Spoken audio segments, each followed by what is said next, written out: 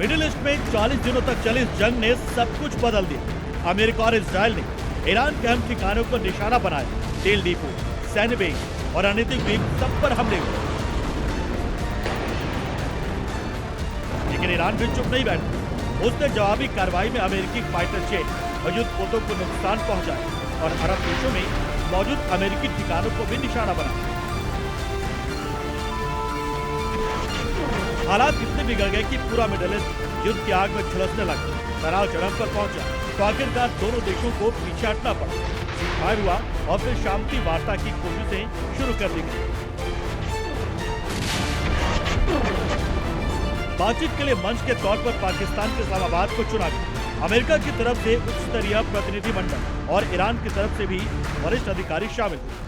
पहले दौर की वार्ता 10 अप्रैल को इस्लामाबाद में करीब 21 घंटे तक चली। मैराथन बातचीत हुई लेकिन नतीजा सिर्फ कोई स्थायी समझौता नहीं हो सका। दूसरे दौर की वार्ता 19 अप्रैल को रखी गई, लेकिन ईरान ने सीधे आमने सामने बातचीत से इनकार कर दिया और केवल अप्रत्यक्ष वार्ता पर जोर दिया। इन वार्ताओं में पाकिस्तान खुद को मदद के तौर पर पेश कर रहा था, चौधरी बनने की कोशिश कर रहा था, लेकिन पाकिस्तान अपने फायदे के ईरान की पीठ में पूरा ही घोपने का काम किया। अब खुद ईरान ने पाकिस्तान की भूमिका पर सवाल खड़े कर दिए।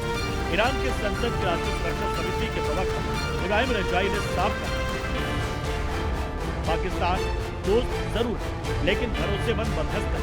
उन्होंने आरोप लगाया कि पाकिस्तान अमेरिका के हितों को ध्यान में रखकर चलता है और उसके खिलाफ कुछ भी कहने से बचता है। यानी एक तरफ पाकिस्तान शांति वार्ता की मेजबानी कर रहा था तो दूसरी तरफ दोहरी नीति अपना रहा था। ईरान का साफ संदेश, मध्यस्थ वही बन सकता है जिस पर दोनों पक्षों को बराबर भरोसा हो, लेकिन इस मामले में पाकिस्तान उस कसौटी पर खरा नहीं उतरता।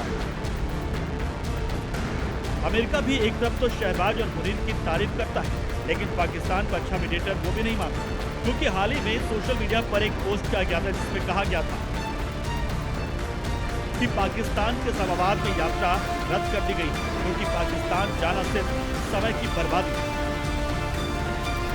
यानी ईरान ही नहीं, अमेरिका को भी पाकिस्तान पर बिल्कुल भी भरोसा नहीं, क्योंकि दोनों देश जानते हैं कि शहबाज मुनीर अपने फायदे के लिए कुछ भी कर सकते हैं।